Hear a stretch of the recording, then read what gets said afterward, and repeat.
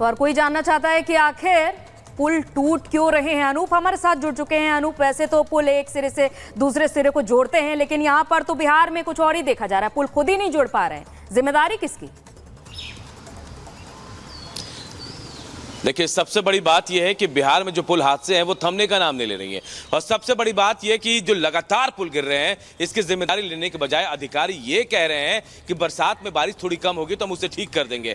देखिए, पिछले अगर 11 दिनों की बात करें तो 1, 2 नहीं 5 पुल गिरे हैं। और शायद बिहार के इतिहास में, देश के इतिहास में सबसे ज्यादा पुल गिरने का अगर नाम आएगा तो बिहार के नाम ही आएगा। अभी तब से ताजा मामला 28 तारीख का है, कल का है, जब मधुबनी के भुतई बलान नदी पर 2 करोड़ 98 लाख की लागत से एक पुल बन रहा था, उसका बीम गिर गया और उसके बाद उसके अगल बगल के जो बीम है उस पर भी इसका असर पड़ा।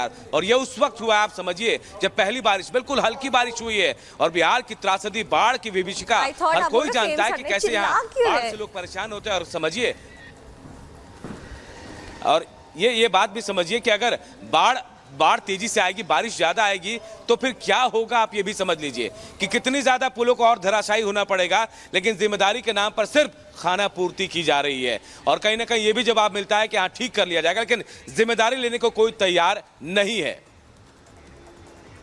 बिल्कुल अनूप, वहां से आप हालात बता रहे हैं कि किस तरीके के हालात बिहार में बने हुए हैं। फिलहाल बिहार से जुड़ी एक और खबर सामने आ रही है, क्योंकि दिल्ली में आज ये देखा जा रहा है कि जेडीयू की राष्ट्रीय कार्यकारिणी की बैठक होने वाली है। तो संगठन की विस्तार पर भी चर्चा होगी और बदली हुई राजनीति की भी चर्चा होगी, क्योंकि आने वाले वक्त में विधानसभा चुनाव होने हैं। तो ऐसे में किसे कौन सी जिम्मेदारी दी जाएगी ये भी देखना होगा, क्योंकि आज नीतीश कुमार की अध्यक्षता में ये बैठक होने वाली है। यह अहम बैठक जिस पर निगाहें सिर्फ बिहार वासियों की ही नहीं, पूरे देश की टिकी रहेंगी, क्योंकि हमेशा ही बिहार की राजनीति चर्चा का विषय रही है। और ऐसे में जब नीतीश कुमार की अध्यक्षता में यह अहम बैठक होगी तो खास जिम्मेदारियां भी दी जाएंगी। बैठक में नए फैसले भी सामने आएंगे, विधानसभा चुनाव पर चर्चा भी होगी और संगठन विस्तार पर भी फैसला सामने आएगा।